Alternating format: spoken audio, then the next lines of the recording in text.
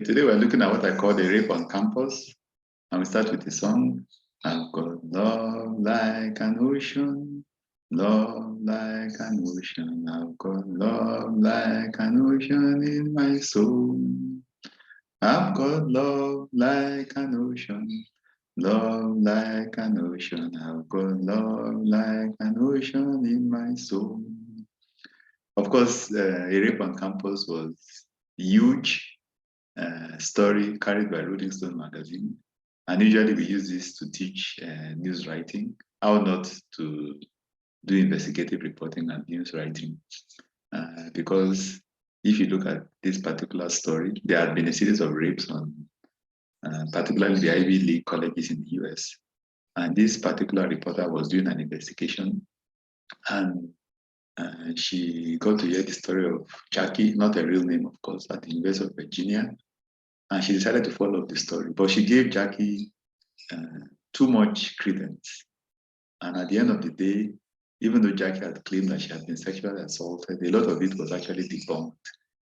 Because the party where she said the sexual assault took place didn't take place on that particular date. The person that she said took her to the party and was a lifeguard at the pool, it was found out that this was not also correct. So there was a lot of fallout, so that in teaching news writing and investigative reporting, this is usually used, to warn about, relying too much on one particular source. But these are some of the complications that comes with rape and, of course, sexual violence.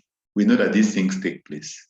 In fact, there's an example in scripture, but some of it is actually complicated because we have people, living, claiming that they've been sexually assaulted when this is actually not correct because they have all kinds of other motives. So it's very complicated. But the Bible does record sexual violence. Surprise, surprise. 2 Samuel chapter 13, verse 10.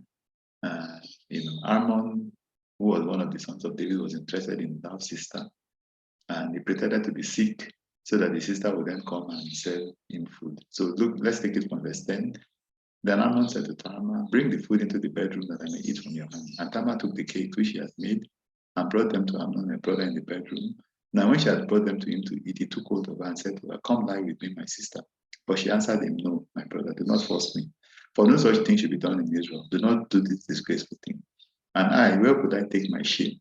And as for you, you'll be like one of the fools in Israel. Now therefore, please speak to the king, for he will not withhold me from you." However, he will not heed their voice. And being stronger than she, he'll force her and lay with her. Usually, I know males are the ones that usually are engaged in sexual violence. And of course, you can see the physical force that is then used for those kinds of sexual violence. So this is wrong because it doesn't ever end well. Just like Tama was saying, there's always shame and stigma for the person that has been sexually assaulted, and that's why a lot of women don't want to come forward, even though they've suffered in these kinds of sexual violence.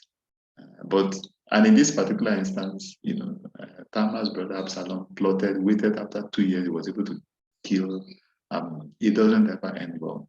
So my advice is have the love of Christ, but don't be involved in these kinds of sexual assault because it doesn't ever end well.